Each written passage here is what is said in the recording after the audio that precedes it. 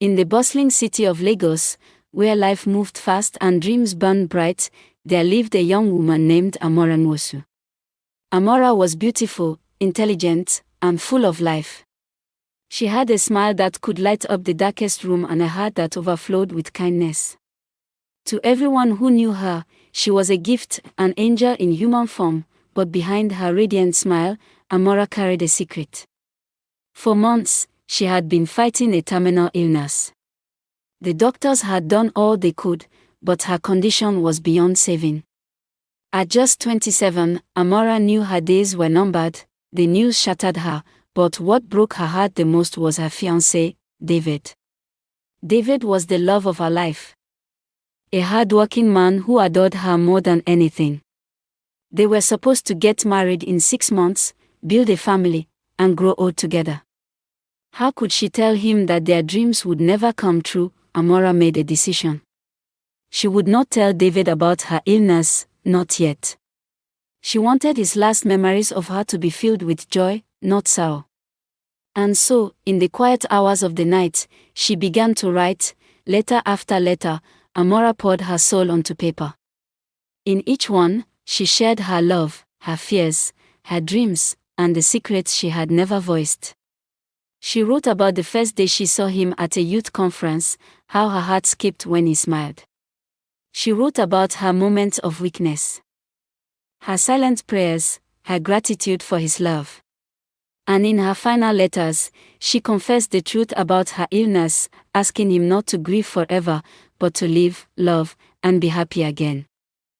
Every letter was placed in a brown envelope, sealed with her perfume, and tucked away in a wooden box she kept hidden in her wardrobe. On the box, she wrote, "To David, when I am gone." As her health declined, Amara grew weaker. Yet, whenever David visited, she wore her brightest smile. She laughed at his jokes, held his hand tightly, and encouraged his dreams. He never suspected that time was slipping away. Then, one cold evening, Amara's journey ended.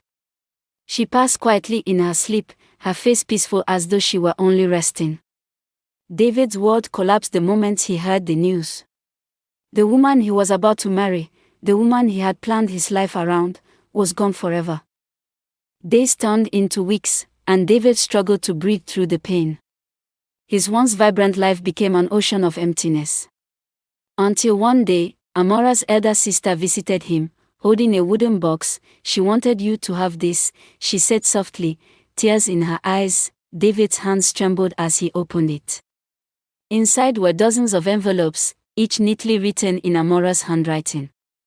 With shaking fingers, he opened the first one. "My dearest David, if you are reading this, it means I am no longer with you. Please don't cry too much. I want you to remember me with smiles, not tears." His eyes blurred as he read. Every letter felt like Amara was still with him, speaking from beyond. Some letters made him laugh as she recalled their sweet memories. Others broke him as she revealed the pain she had hidden, the nights she cried alone, the fear of leaving him too soon. When he reached the last letter, his chest felt like it would burst. "My love, my David, by now you know the truth. I was sick, and I couldn't bear to tell you. Forgive me for hiding it. I just wanted you to have joy, not sorrow. I want you to live. Please don't let my death bury your happiness. Love again. Mary. Build a family.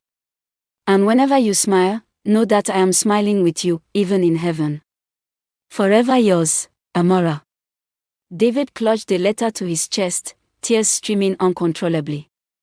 But for the first time since her passing, he felt peace. Amara's words became a light in his darkness, guiding him toward healing. Years later, David did love again. He married, had children, and built the life Amara had wished for him. But in his heart, she remained his first love. His angel, the woman whose last letters taught him the true meaning of love and sacrifice. Moral of the story: true love is selfless, it seeks the joy of the other even in the face of death. Life is fragile, but love lives on in the memories and hearts of those who remain. Sometimes, goodbyes are not the end, but a way of passing on strength to the living.